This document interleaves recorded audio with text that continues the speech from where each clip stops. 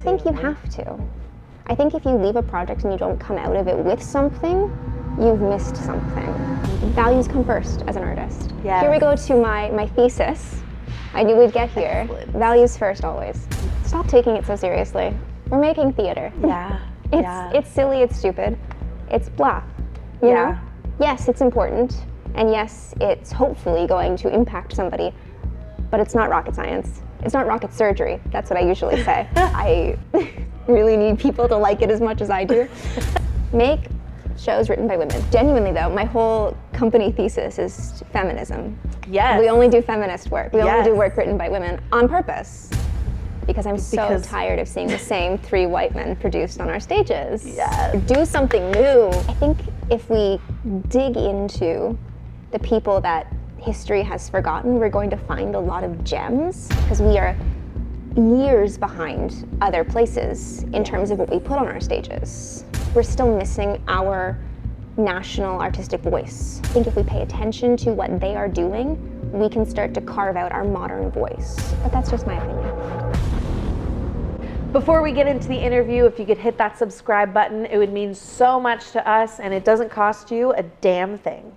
So welcome to the podcast. Thanks. Glad we could make this finally work out. God, I know. I know. I've canceled on you, you've canceled on me. It's been a fun journey. Life. Right? Life. We have the same agent. We do, yeah. I didn't know that. Yeah. How long have you been with Take 4 Talent? But a year and a half, I think. Yeah. And you liking it? Yeah. I mean, I mostly self-book for things, so I haven't booked too much through, but I love Sabrina. I think she's like just the coolest, most charming awesome? person. Yeah. I love it. I love that she does like the meetups too, and I know. she's very involved with her roster, which is Just so nice. super refreshing. Yeah. 100%. Sometimes, I like searched your name in my emails, so your email would come up, and then it was like all Take 4 Talent stuff, and I was like, wait a second. Yes. Yeah. I noticed that, I don't know, a couple of months ago, and I was like, it's gonna come up. I know it's gonna come up. First question out the gate. First thing. I was like, Yeah. we have the same agent. That's hilarious. Have you been with many agents? No, she was my first agent. That's not true. I was with an agent when I was a child. Okay. Because I really wanted to be a child actor. But that was not a great agency, and they folded about a year later. Oh, okay. So my experience with agents prior to Take 4 was not great. Fair enough. Fair enough. Yeah. Are you happy that you weren't a child actor, or do you wish that still happened for you? Yes and no. I was like a child actor in community theater. Okay. I would do like 3 and 4 shows a year. I was a little insane. And I fully thought like, one of these community theater shows I do is gonna make me make the big time. Oh, it's 100%. Happen. Like tonight, an agent is out in the audience. Yeah. I was like, my 11-year-old production of Seussical, I, in the ensemble, am going to become a Tony winner. 100%. And of course that never happened. Yeah. Now, I'm kind of glad it didn't happen because I was obnoxious, and nobody would have wanted that on any of their professional stages. She was Rachel Berry to a T. But sometimes there is that like, man, things would be easier if I had had those opportunities at a younger age. I'd have this backlog of money, and I wouldn't be like slogging to work in a blizzard, you know? Hopefully. Fingers crossed. Yeah, fair enough. See, I'm always like, I would be, again, I think I would be arrogant. You give me money and freedom. Oh yeah. At that age, I don't think my personality would change. I think it'd be like, well, it's working for me. So. Exactly. Yeah. Yeah. And I was quite possibly the worst person as a child. That's so funny. I feel the same way. Amazing. I'm so glad. We found each other. Oh, thank God. Finally. Finally. Reformed Rachel Berry's. That's right. That's so funny. So you went to school for arts as well? Musical theater, yeah. Musical theater. Excellent. Which just means I'm annoying. That's all it means. That's hilarious. Do you regret going to school, or would you do it again if you had to go back? I don't think I would go back to school. Yeah, me neither. Yeah, it's a weird thing to do. It's a weird thing to go to theater school to begin with, because like there's so many ideas of what theater and making art and being an actor and being a creative are that you sort of get pigeoned into one or two people's version of that, Right. which is not very exciting and not very freeing and not very artistically fulfilling in any way. But also, like, theater school is inherently a flawed system. And as I look back on my time, I'm like, the things that I learned the most out of theater school were how to choose what I wanted to do more, because I was fighting against the restraint of theater school. Fair. So I think if I could go back in time, which I do not want to do, but if I could go back in time, I would just take classes. Yes. And I feel like I would have gotten a similar education out of that. Yeah. Maybe with less emotional baggage. And less OSAP debt. Exactly. Exactly. Those are the same thing. Yeah. That's all right. That's so funny. The amount of OSAP debt is equal to the amount of emotional baggage. Depends on what day it is, which one takes precedence, but 100%. That's hilarious. I'll pay both of them back eventually. Right? Yeah. Eventually we'll fix both of those problems. Yeah. With just a couple commercials. Hey. Get that commercial money. Please. So classes around the city, what classes have you taken around the city, and what do you recommend? I don't take a lot of classes. I'm not financially in a great situation to be able to take classes. Preach. This is the fun side of being a working artist. Yes. Is you really want to take these classes, but all of them are like $600 and more. Right. And that's also just about what I pay for rent. Right. So what takes precedence, having a home or taking additional classes? So a lot of my like classes or the work that I do to train, I do by myself. Nice. And how do you do that? I love to just devour plays. I will find plays online, or I will borrow them from the library, and I'll just dig into them. Nice. And I'll dig into the text work, and I'll dig into the monologue work by myself, and I'll like practice, and I'll tape, and I'll just for the fun of it, for like getting into the routine of it. Yeah. And I'll watch it back, and I'll critique myself, and I'll be very annoying to myself, just to sort of like keep myself aware of what I'm doing and keep myself aware of what my habits are and my bad habits. Because I'm also a producer and I cast things, I have become very attuned to like what my pratfalls are when I am auditioning or when I am working on something, because I've watched other people's routines or their habits or their anxieties come to life. Right. So I do a lot of that. Nice. But like, name drop, my friends run Raw Actor Studio, Name drop. and they're really great. I've never taken any of their classes because, again, broke artist, but they're really lovely people, and everybody that I know who's gone through their classes have come out significantly stronger actors. Yes. Yeah. You can audit one of their classes. Yes. I've audited one of their classes, and it was amazing. Yeah. And they sponsored my 1-year party. They so did. Shout out Raw Actor Studio, because Yes. you're the best. They I are love the you. best, yeah. They sponsored my last production, actually, and I'm No so way. grateful. Yay! See, Raw Actor Studio just loves building up I know. artists here in Toronto. Meeting them was such a great blessing to my artistic life this year. Yeah. I'm very grateful. I gotta I gotta stop doing the Don't office forget, thing. I do it all the time. I'll be like, yes, and sponsor. Yes. But I do it in my everyday life. I'll be having a conversation and just look to camera. Oh, 100%. Constantly. Anytime my boyfriend does something ridiculous, I'm like, Yeah, exactly. Exactly. I have never watched an episode of The Office. never? Never. It's hilarious. But I know this bit. Yeah, exactly. But I know exactly how to do it. Exactly. I love it so much. That's awesome. So what kind of flaws and like little habits have you had to work on as you're doing this process? Sure. I'm a big believer in how we use our body when we act. My favorite acting teacher I ever had in college was an RSC director. So she had a lot of like specific like England-based technique that she loved to bring in, and I devoured that. Yes. So when I'm watching my work, I'm really paying attention to my body language, and I'm really paying attention to how I'm using my face, and I'm really listening as well, because I am a trained singer. I'm listening a lot to how I'm using my voice. So like I'm going to listen back to this later, and I'm going to go, what are you doing? Why aren't you supporting? So I have these like 3 sort of key components: face, body language, like where that energy is coming from, where the core is coming from, and then voice. And I sort of, depending on how I'm feeling each day, decide what I'm gonna pick apart that day. Yeah. Fair. Yeah. You're so gentle with yourself, I imagine. Of course, you have to be. I love it. Do you like watch it back, like if you're looking at those three things, would you walk it back once and pay attention to body movement and then watch it again and pay attention to voice, or can you do all three at the same time? I've gotten to a point where I can sometimes do one or two at once, depending on how I'm doing in any given day.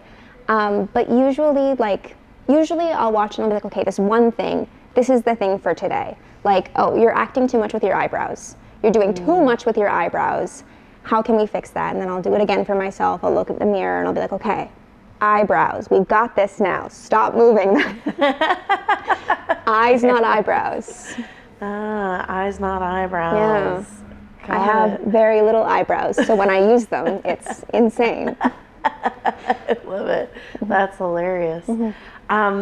So with your theater, would you say you're mostly theater? I'm mostly actor? theater, yeah. Mostly Nice. theater actor, mostly theater writer, but I would love to do more of film and TV. Yeah. It's definitely something that I'm trying to like elbow my way into. Nice. Yeah. Nice. And do you have like a dream role that you would do for film and television? Listen, I heard they're doing a Janis Joplin movie, Stop. and I'm really upset that nobody even invited me into the room. Because I have been told on multiple occasions that I look like Janis, to an extent, not perfectly, but enough for film. So I'm just a little heartbroken about that. Yeah. But that would have and would be probably like a character, a person that I would just devour digging into. I adore her. Anyway. Yes. I would love to do a real person, Right, you know, and yeah. I'd like dig into their life and figure out how they tick and everything like that. That'd be so fun. Janice would be fun. Janis would be so fun. I love that whole era of music, the Woodstock era, Janis and all of them. I could go on for hours about that, but we're not here for that. We could. We could. This turns into Aurora talks about her love of 60s rock. Welcome. Welcome. That's amazing. That'd be so cool. Yeah. They could do is it going to be a movie or a TV show? I think it's a movie. Okay, well, you just wait for the TV show. Yeah, They'll call exactly. you. Exactly. Here she is. Hello. Everybody. I'll dye my hair for you, which I don't do for most people. Right? I used to be blonde, and the maintenance for that is absurd. So now I'm like, I'll do wigs. Yeah. My natural hair is like a dark blonde. Spoilers, this is not my real hair color. What? I know. It does look very natural. Thank you. Red hair runs in my family. So it makes sense that I would be red-haired, but my natural hair is like a dark blonde with a red undertone. Oh, okay. And when I was like 16, I was like, oh, I'm not cool enough. Let me fix this. And I dyed my hair red for like my 16th birthday, and I just have never gone back, except for one show in college where they were like, we're setting the show in the 1920s, your hair sticks out. Everyone else is a blonde or brunette. You have to be a blonde or a brunette. And I went, what? No So way. for like a month in college, I was a brunette. I'd be like, well, I guess you just have to make me the lead. Yeah, I wish. I wish. That's so funny. Yeah. And then you're back to red. Back to red. I don't know how we got on this topic. I don't Here know we are. either. This is what happens. I just ramble and we just like, Yeah. this was the question, and then we just, Yeah. I yeah. find myself talking about my hair a lot. Not mad. Not mad about it. No. That's hilarious. Yeah. Do you have a favorite project that you've done in theater? Ever. We can go with like the last 5 years or the last couple years, maybe last year, The whatever's last- like oh, good easiest God. for you. I feel like it is so different every week. I've been very grateful that I've been able to choose a lot of my projects recently, just because I'm able to produce and I'm able to create and I'm able to write and get those things on their feet. I've been very lucky by giving myself opportunities to do that. And in doing those, I've been given wonderful other opportunities. So like working on Girls Unwanted with George F. Walker at the King Black Box and Raw Actor Studio was such a gift and such an incredible experience and such a learning experience. And I think I will always look back on that fondly. And on the flip side, my first professional show post-pandemic was the first musical I'd ever written, and that will always hold a very, very special place in my heart, even though that show was and is still quite flawed, and I'm kind of leaving it on the back burner for a little bit until I'm like, okay, what can we slog through now? But that one will always, there's always going to be nostalgia linked to that because it was so special to my creative journey. Yeah, it's hard to pick one. Well, it sounds like you get something different from each and every project. And I think you have to. I think if you leave a project and you don't come out of it with something, you've missed something. I like that. Yeah. I'd rather do work that means something to me or that I can find meaning in than do work just to do work. Yes. Which is, again, a privileged thing to say. And I know that's a privileged thing to say as an underpaid artist. But I stand by that. It's values. It's what values come first as an artist. Yes. Here we go to my thesis. I knew we'd get here. Excellent. Values first, always. Yeah, 100%. It's true. Why do a project especially with theater, the amount of time and effort that you put into theater, why do a project you don't want to do? Exactly. You're wasting months of your life. Exactly. Yeah, my favorite thing I've ever heard a producer say that I've stolen and I say constantly is a good show is never worth a rough process. If the process to make the show is tainted, is frustrating, is sketchy, is what have you, then that memory of that show, no matter how great it was, no matter how many accolades you got, that memory of that show is always going to be tainted. So is it worth putting all of your time and energy into something that you're never going to look back on fondly, and you're never going to be able to say, I got this out of that, you know? Yeah, 100%.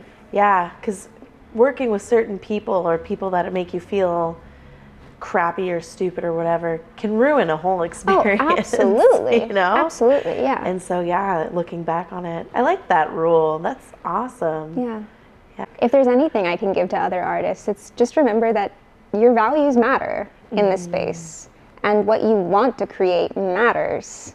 And if that's not being believed in and upheld in the space, then you're in the wrong space. And this is why I create spaces. Yes, let's talk about your writing. Yes. I would love to. So when did you start getting into writing?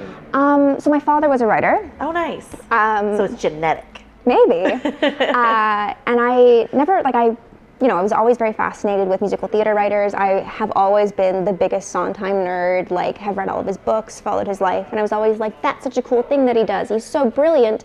How can you create that?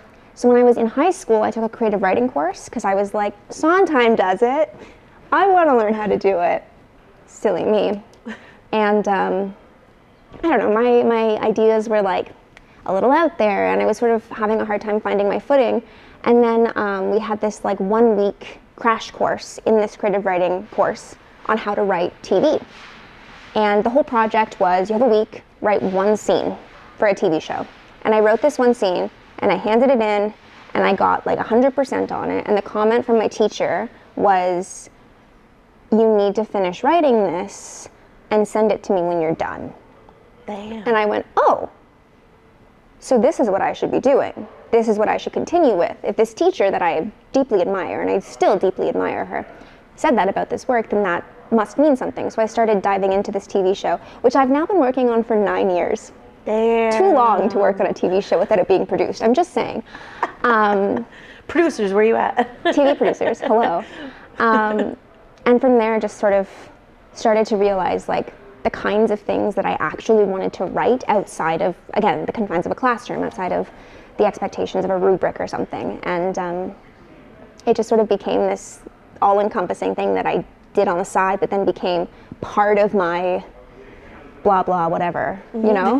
Yeah, for the record, I have to. Please. Your bio says multifaceted blah, blah, and I love it so much.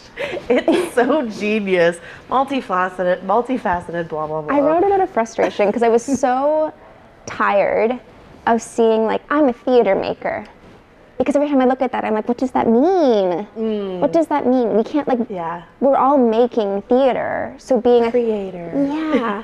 Like, but what are you doing? Yeah. So I just wrote blah, blah, because I'm like, what am I doing? I don't know. Hilarious. So I wrote it out of frustration, and then people just kept saying, that's so funny, you should keep that. And now I've just kept it. It's so perfect. Because it's so true. And because you never just meet an actor these days. Especially in Toronto. Yeah, exactly. It's never just like, I act, and that's it. Exactly. I'm an actor, period. Yeah.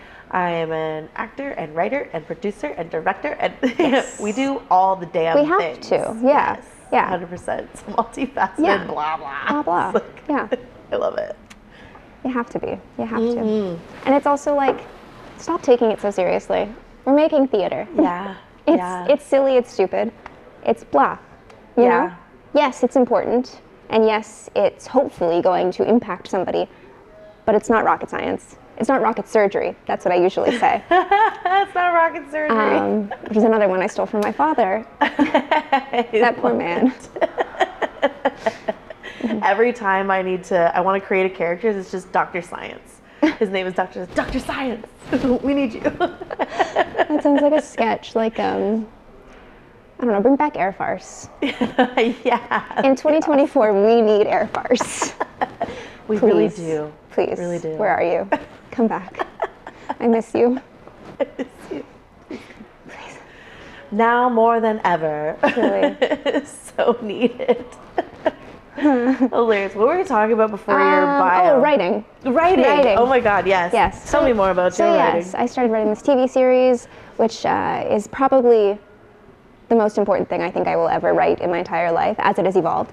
Not to put any pressure on it or anything. I was gonna say, I was like, no pressure. Yeah, I started writing it at 16. So the fact that I'm saying that, cuckoo.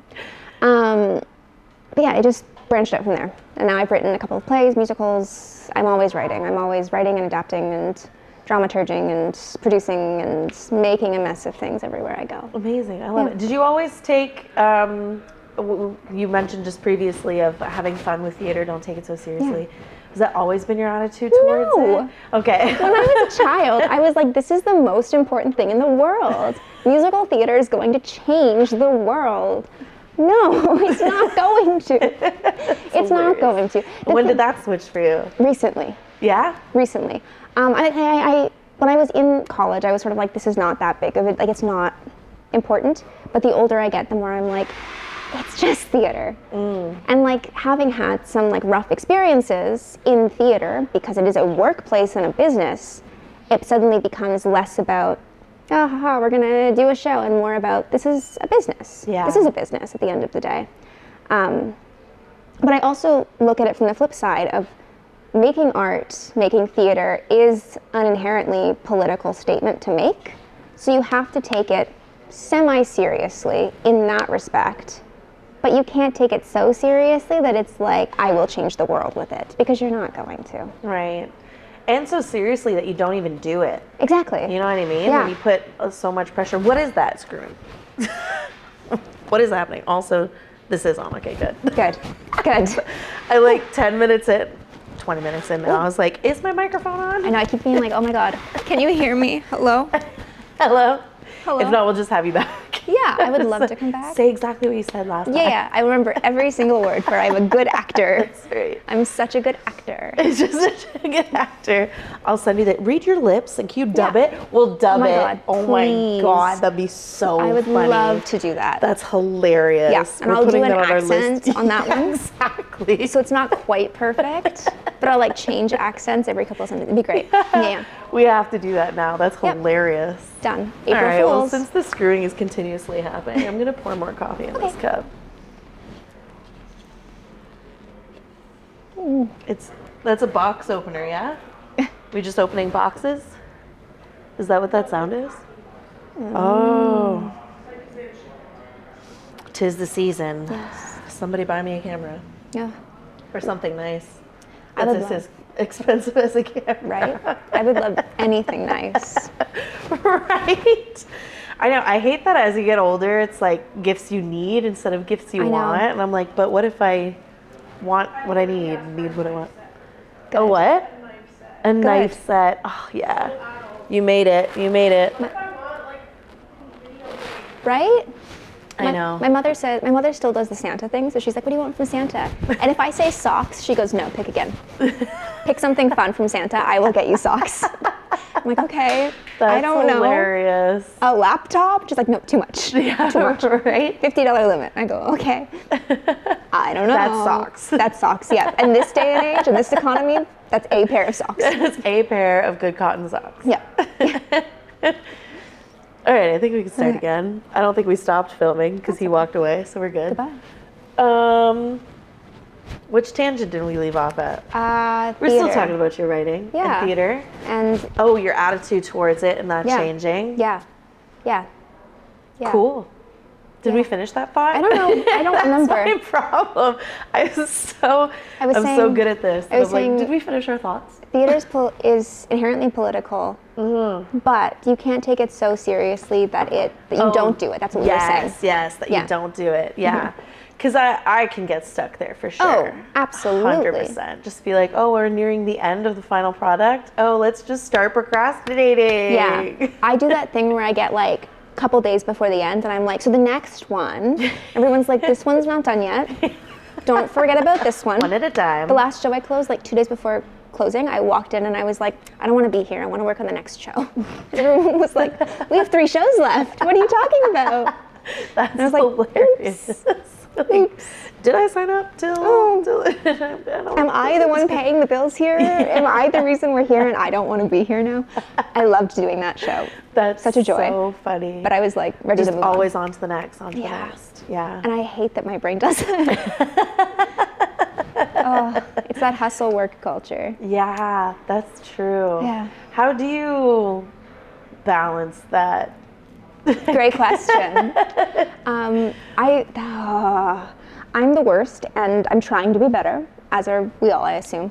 You emailed me on Monday, and I didn't respond because I'm like, I don't answer emails on Monday. I was going to ask you Monday about is my that. off day. I was going to write back just be like, that's an excellent boundary, but then I was like, I don't know you yet. So I was like, is that weird if I just great boundary setting? No, thank you. Because I just lack. No, like my partner is not in the arts at all. So it became very important like a year or 2 ago when I realized like we were never spending time together, that I needed to like set personal professional boundaries so that I could see my partner. Yes. We lived together and we were like ships passing in the night. And it's like, that's not good. Right. So I just was like, he has Mondays off, cool. I take Mondays off then. And like, unless it's absolutely necessary, like there's no other day for a meeting, I will do a Zoom meeting if I have to. But that's it. That's the end of it. Nice. But it's mostly like, so my relationship sustains. Because if I was not in a relationship, I would be working 24/7. Yeah. So again, something we're trying to fix. That's fair. Yeah. And even when I've decided to take those times off, I'm sitting there being like, I could do this right now. I could be doing something. Exactly. I was like, I'm not gonna work on any shows in December. Nothing. I'm gonna take the month. I'm gonna work like hell at my schmo job because things get crazy in all the artist spheres at the schmo job world, which is wonderful for my paycheck. And then like 2 days after my previous show closed, I get all these emails saying, show idea, thoughts, next project. And I'm like, I wanted to take the month off, but here I am. Here I am responding to emails and editing scripts, and I'm going, you're insane. But it's still early. It's still early in the month. We can still redeem ourselves. Yeah, 100%. Yeah. It's 100%. December 4th for those listening at home. Yeah, for those tuning in. The 4th? 4th. I will update you when this comes out on how this went. Yeah, exactly. Flash forward. Yes. Just exhausted. You're like, I didn't take the month off. I didn't do it. 2 cups of coffee, sweat dripping down. But we're in production. That's insane. Hilarious. Mm-hmm. Do you have a favorite piece that you, other than the show? Actually, no, wrong question. Let me start again. Back to the show that you've been writing for a while. Yeah. Are you producing it into a TV series, or is that a different? I wrote as a TV series. Yeah. Okay. I wrote the first season, which was supposed to be the only season. I wrote the first season when I was 16, 17, 18-ish. And then when I launched my company in the middle of the pandemic, it was the first project that we did. We got actors together from all over the world on Zoom, and we did 12 weeks of readings of the 12 episodes of the show. Nice. And it was maybe the coolest thing I've ever done. That's so and especially cool. during the pandemic, to be able to get so many creatives together was so cool and juicy. And I was 21 and I didn't appreciate it nearly as much as I do now. I say that and everyone goes, that was only 4 years ago, Aurora. And I go, that felt like a lifetime ago. Right? Like feels like forever. But when that finished, everybody was like, there's gotta be more to the story. There's gotta be more. What happens next? So I started writing a season 2, which you shouldn't do before a show is picked up. But now I have 2 seasons of this TV show that I love so desperately, all about 60s and 70s, all about found family and the political and economical and classist upheavals of those periods of time and how they reflect and how they are almost the exact same as they are today, but we still want to be like, everything's gotten so much better. We protested in the 60s, so everything's better now. Right. But it's really not. It's almost the exact same. The music's just a little worse. So true. And like, sometimes I think back and I'm like, you wrote that at 16? What? Who hurt you? Who hurt you? But society. Truly. But it really is probably the most important thing I'll ever write. And I really need people to like it as much as I do because I care so deeply about it. And it means so much to me. It's called The Love You Make. Yes, named after the Beatles song. Love. Yeah, it's all music and friendship and family and joy and sorrow and great stuff for TV. Yes. Specifically, what network would you like it on? Oh, God. I would love maybe like an HBO. Ayo. Yeah. There was a while where I was like Netflix, and then Netflix was like, we're not doing cigarettes on TV anymore. And I was like, proud of you. That's a great choice. My show's set in the 60s. Right? We only have cigarettes in our hands. That is it, unfortunately. Time period appropriate. Right? So I guess HBO. That's hilarious. Yeah. That's so true. Yeah. Yeah. Nice. That's so cool. Yeah. I'm so excited. Thanks. I would love if somebody's listening. I'll send you the script. I'll send you the Bible. I did make a Bible. I'll send you the exact budget I need. Yep. Millions. All of it. Every dollar you have. Stop looking into camera. Keep doing it. Yeah. Oh my God. Hi. Great. I love it. HBO money. I know. We need it. Yeah. Stop making fantasy TV series about dragons and make my show. Yes. Make shows written by women. Genuinely though, my whole company thesis is feminism. Yes. We only do feminist work. We only do work written by women on purpose. Because I'm so tired of seeing the same 3 white men produced on our stages. Yes. With so much respect to other people making theater. Do something new. Yes. Please. 100%. What would you love to see on stage? What is something that it's been missing and you're ready to see it? Because I'm doing this, I'm going to say it, but there's other things as well. There's so many female writers of like the Restoration era and like the post-Shakespeare era who were well-established writers in their time, and then after they passed away were completely discredited by their contemporaries because they were women. And I think it's really important, if we're going to celebrate Shakespeare's work, that we also celebrate the women who were writing even more provocative and lewd and less sexual things as well, knowledgeable and witty things, than he was. He was writing, obviously, fantastic work. It stands the test of time, amazing. But you have these other writers who were exploring what it was to be a woman living with these raucous men, and what it was to be a young woman being chased after, and what it was to be a young woman hurt by the class system. I mean, I'll always talk about A for Ben. She's my favorite, of course. Nice. But I think if we dig into the people that history has forgotten, we're going to find a lot of gems that will sort of reinvigorate how we approach, that's the word, reinvigorate the work that we approach on our stages, especially in Toronto, because we are years behind other places in terms of what we put on our stages. So like, a friend of mine really wants to do the play No Exit. People here aren't gonna get it, but that show came out 100 years ago. People here are going to struggle with that. And that's insane. Yeah. So we need to do stuff like that. We need to do stuff that we aren't seeing in our stages, on our stages, things that our society, our community have forgotten or pushed aside. And once we bring those voices back in, then we open doors for the contemporaries alive now of those voices. So then we open doors for young women writing stories about class and sexism and their place in society. And we open the doors for queer and genderqueer and non-conforming folks as well when we do that. That's where I think we're missing things.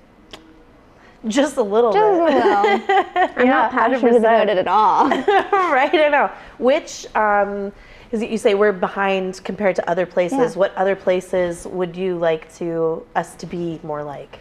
I think this is not a controversial take at all. I think London is the epitome of theater. Yes. I think what the National Theatre and the RSC is doing, even though they're the big commercial theaters, and big commercial theaters tend to also be behind, but I think what they're doing is what we should be paying attention to, because they continue to push the boundaries of what can be done on stage and the kinds of voices that we can hear on stage. Like the National Theatre does at least one female written play a year.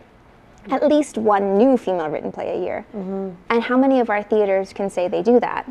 Not many. And that's Crickets play. insane. Yeah. We have 2 or 3 known female playwrights in this city.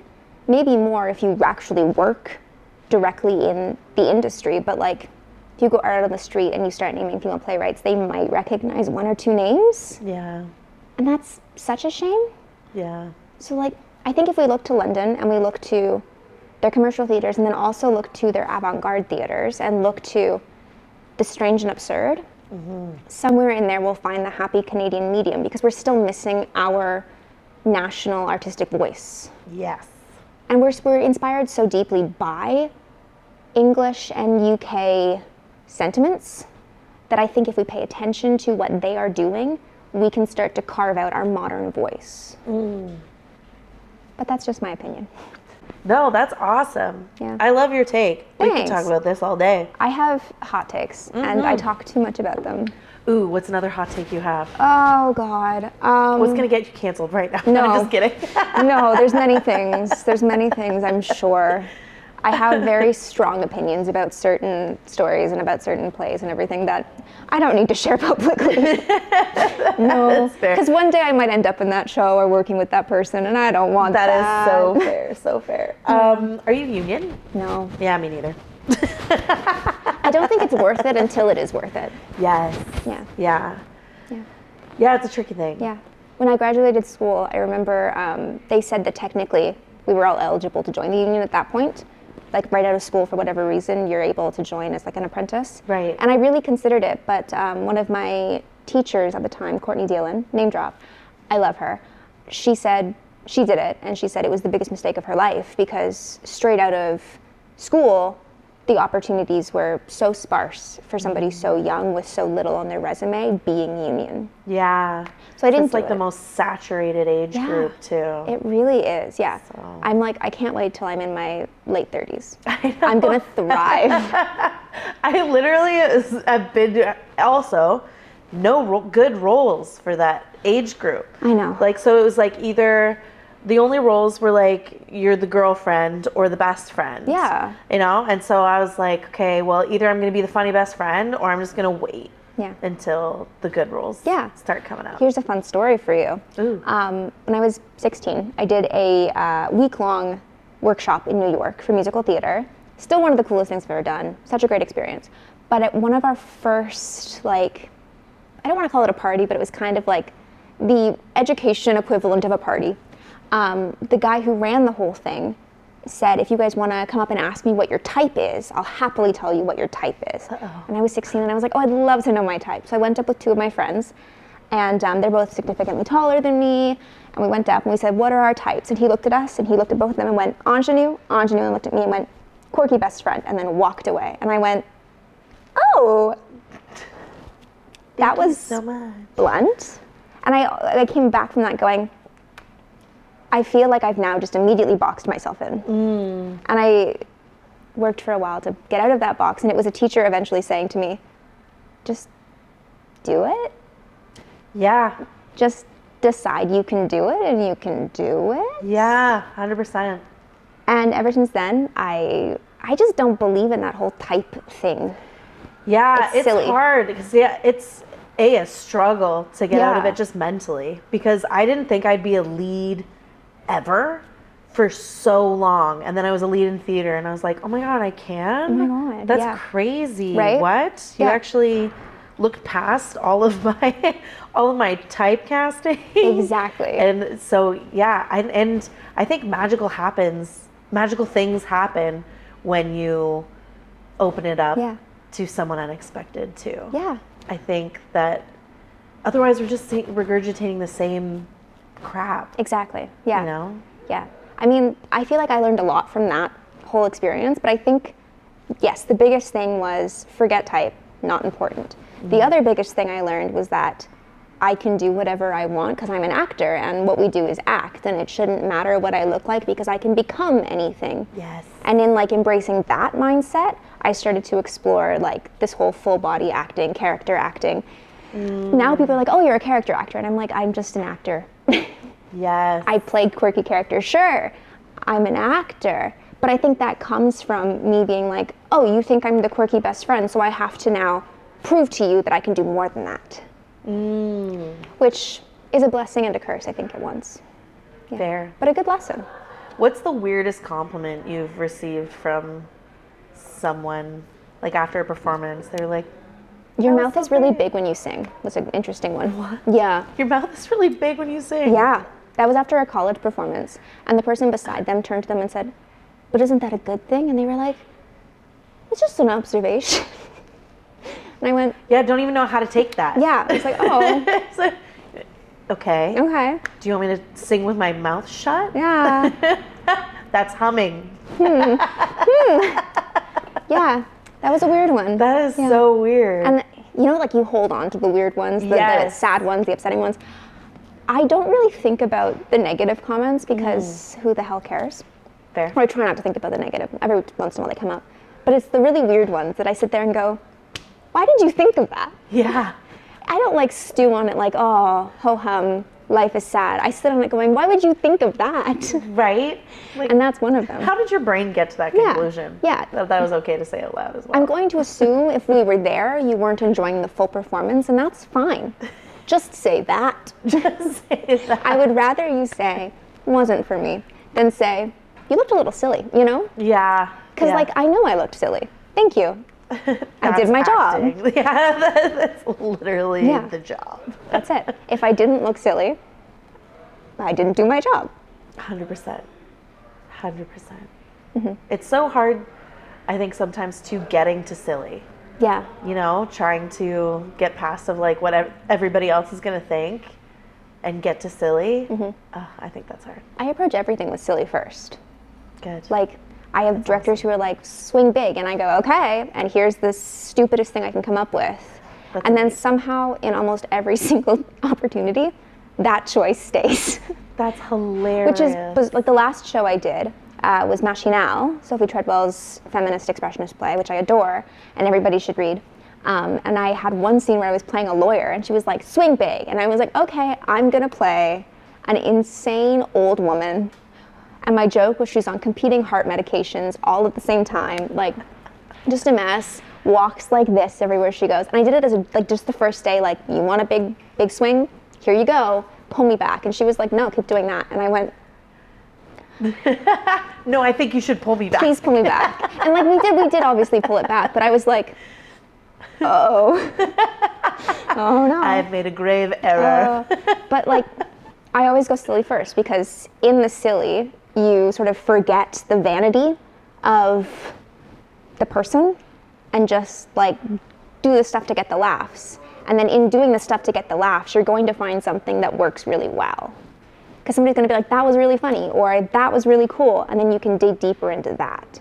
Yes. Tends to work for me. Not for everybody, tends to work for me. Yeah, no, I love Yeah. that. I love rehearsing kind of in that way, just like, I'll do it like I'll whisper through the whole text, or I'll yell through the whole text. And then you can find like weird spots that you're like, oh, it's actually like super powerful if I get quiet here instead of yelling and stuff like that. So yeah, silly. My go-to choices when I'm like trying to find this is awful. My go-to choices when I'm trying to like work through text is always play it as an innuendo. Yeah. Play everything as an innuendo. You're gonna find something bizarre, and you'll build from there. I love that. Everything starts as an innuendo. Not everything, sometimes, but it makes it a lot of fun. 80%. Again, it's starting with silly and going from there. That's amazing. Yeah. I love that. Yeah. So like if you're ever in a room and somebody makes an innuendo, it's probably me in the corner going, I know it's not written as an innuendo, but just think about it. It could be. It could be. That's hilarious. I've just been curious about this question because I've tried to ask it myself, and I don't know if I know the answer, and I'd like to see if anybody else knows the answer. That's how I live my life in this podcast, is just how do you differentiate burnout versus being lazy? So I live with a lot of mental illnesses. So a lot of my life is differentiating between burnout, laziness, and mental illness. And because I've lived in that realm for quite a while now, I've got a pretty good system, for me at least, where I can just recognize like, okay, this is burnout,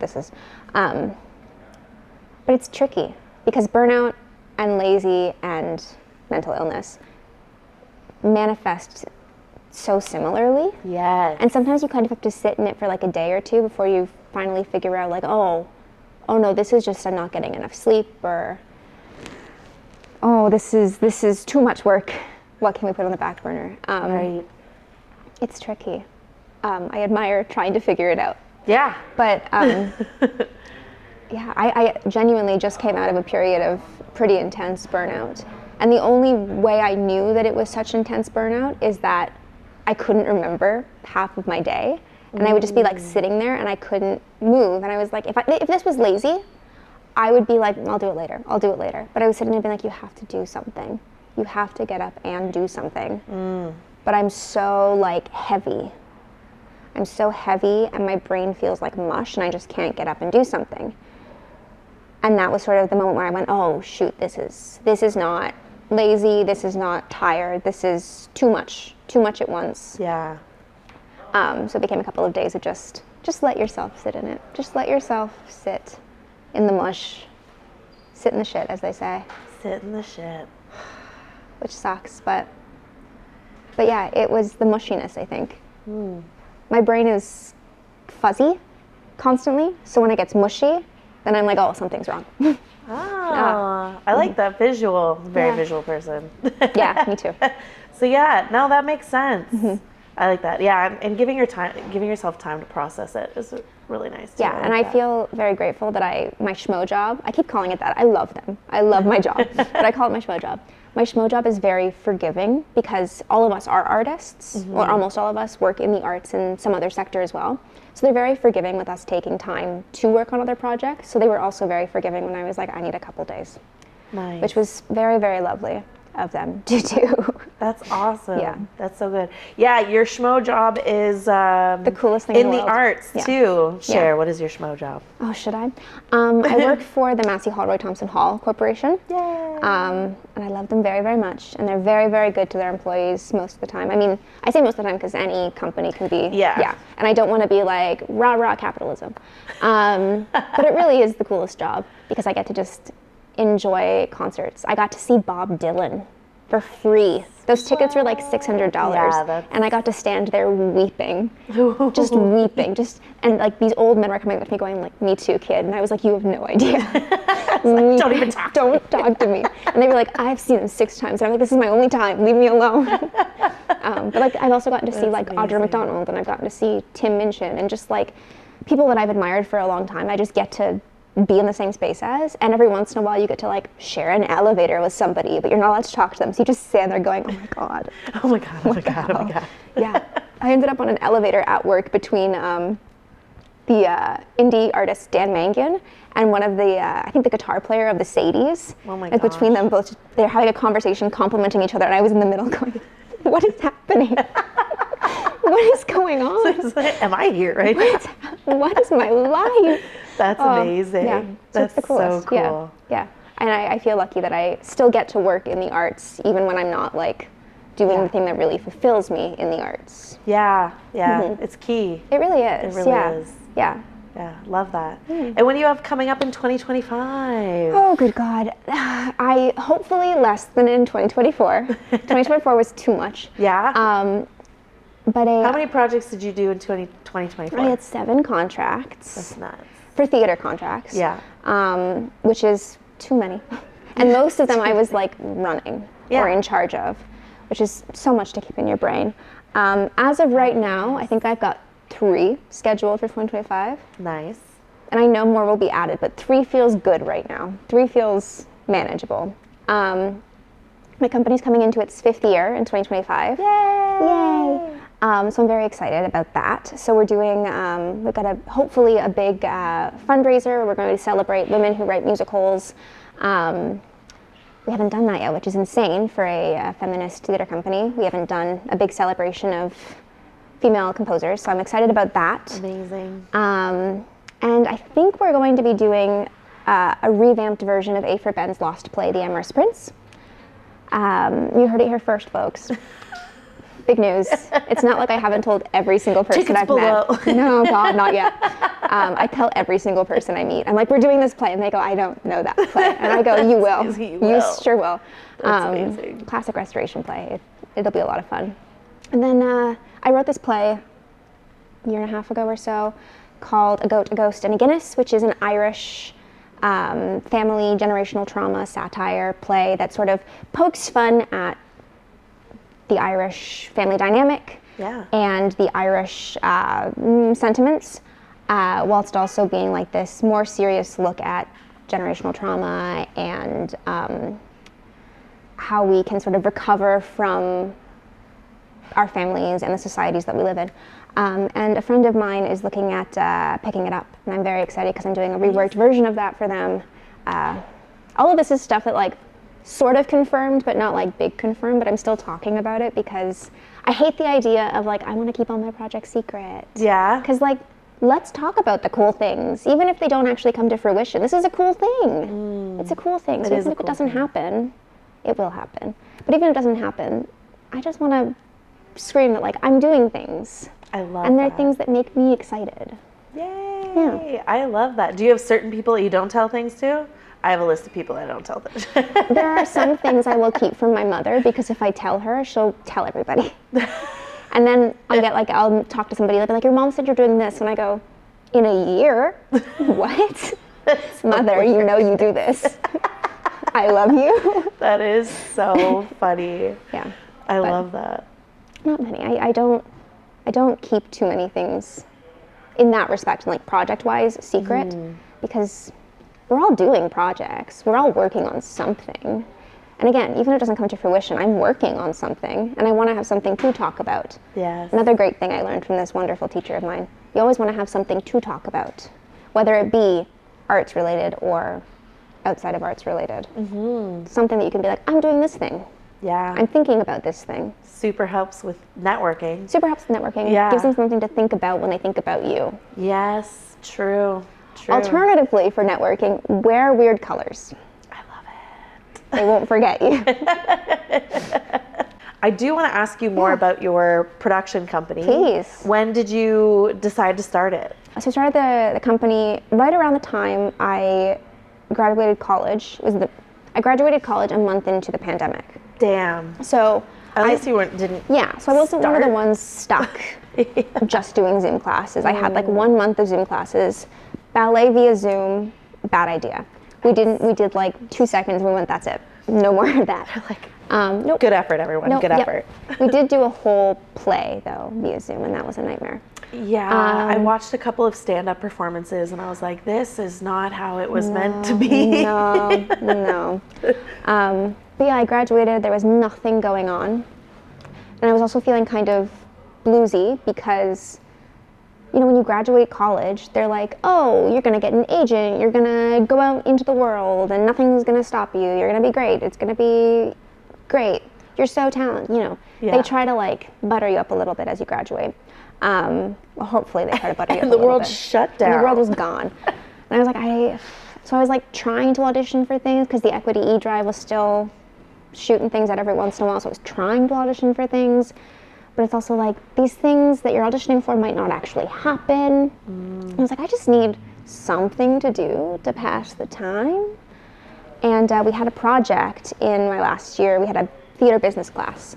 And I had a project where we had to like create a fake company and create a fake season. And we were sort of graded on like how we built the infrastructure of the company and all of like the grants and et cetera, et cetera. And I was intrigued to sort of dig back into that because I felt like, maybe that's something that I can work on. Something that I can keep exploring because I'd done so much work on it. Why not spend some time doing that? And a friend of mine was also intrigued, so we started talking about it more. And that friend left, and then other friends joined, and it was just like a couple of months of back and forth of me going, I think I might actually just do this because I've got time. Nice. So in September of 2020, my friends and I launched this.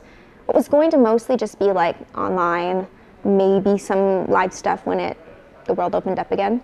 We launched this company that was, the thesis of the company at the time was just creating a space for under-recognized voices.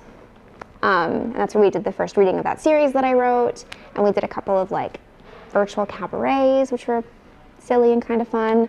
And then the world opened up, and I went, well, I now have this back catalog of things I've been writing, and we have a little bit of money, so let's explore what else we can do. Nice. And that just sort of grew from there. We're still small, we're still independent, we're still cheap as hell, but it's completely built on the values of community and of sharing and of safe space and of feminism and equality and the freedom of expression and joy and silliness, everything that I think theater needs. Yeah. Nice. Yeah, we're called The Flare. I should have mentioned that at the beginning. We're called The Flare. Called The Flare. Yeah. Nice. Yeah. And what would you, in your wildest dreams, where would you like to see this production company go? I would love to be in a position where I'm able to co-produce shows with bigger companies. Well, that's not true, but recently I don't want to be like a big wig, big famous. Like I want to make things to make things. I don't want to make things to be famous or rich. So I'm not incredibly interested in being like the next Canadian stage or whatever. But I am interested in having the facilities to be able to create with people and create with people who have more resources than me, and to be able to co-produce work with larger companies and people with more, dare I say, status than me. I hate saying that, but you know what I mean. Yeah. Just to continue pushing this belief that I have that non-male voices belong on stage, and they deserve to be there. Mm-hmm. And I know there's other companies that believe that, but we aren't seeing that. And I think that's sort of the end goal for me with this company. God knows I'll probably start another one at some point, and that'll have a different thesis. But right now, that's where I hope this one will go. Amazing. Yeah. I love that. Yeah. That's awesome. Thanks. And I'm going to wrap up with two final questions. Oh, God. Two that I've been really loving lately. Okay.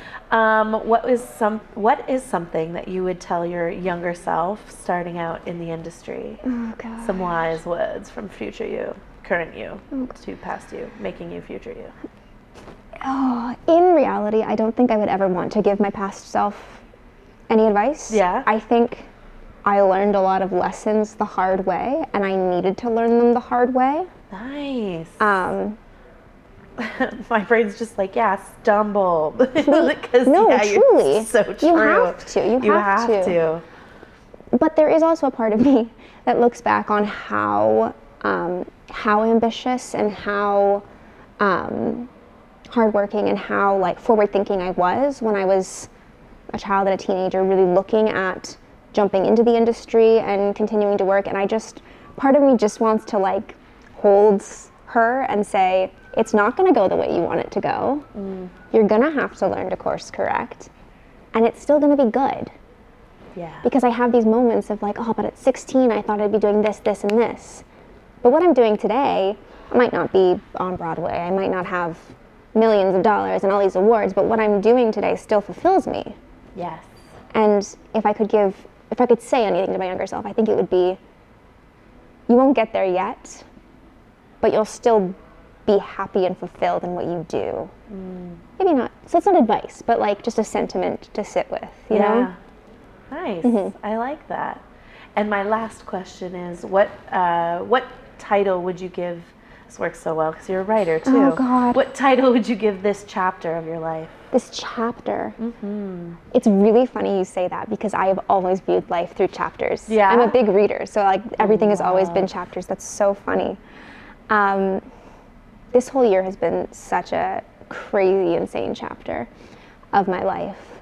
And I feel like it would have to be something like, oh God, something pretentious.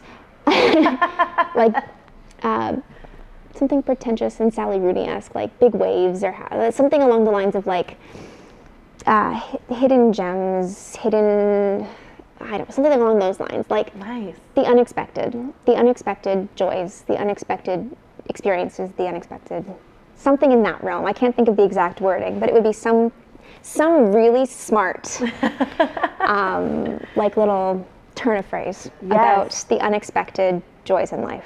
I love that. Yeah. Nice. Somebody smarter write it out. You'll think about it by the time you hit Again, tomorrow. when I update you about the other thing, That's right. I'll also give you Like, this. also the chapter is, because I've thought about it now. Yes, exactly. Exactly. Damn. I love that. That's amazing. Well, thank you so much for coming on and talking to me on the podcast. Thanks for having me. This My has been a pleasure. joy. Thank you so much for listening and watching. Let me know your favorite part in the comments below, and I'll see you in the next interview.